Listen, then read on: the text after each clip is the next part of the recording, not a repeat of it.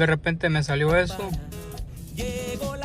como un misfire, como una bujía si estuviera mal.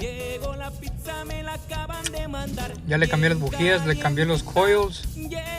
La troca tiembla, cuando mete cambio la transmisión golpea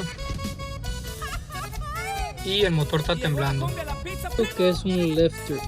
El 6 me marcaba la computadora y este es el único que está mal. El Orson me habían dado este diagnóstico que ocupaba cambiar la valve cover gasket y valve spring. Y pongo en la cabeza.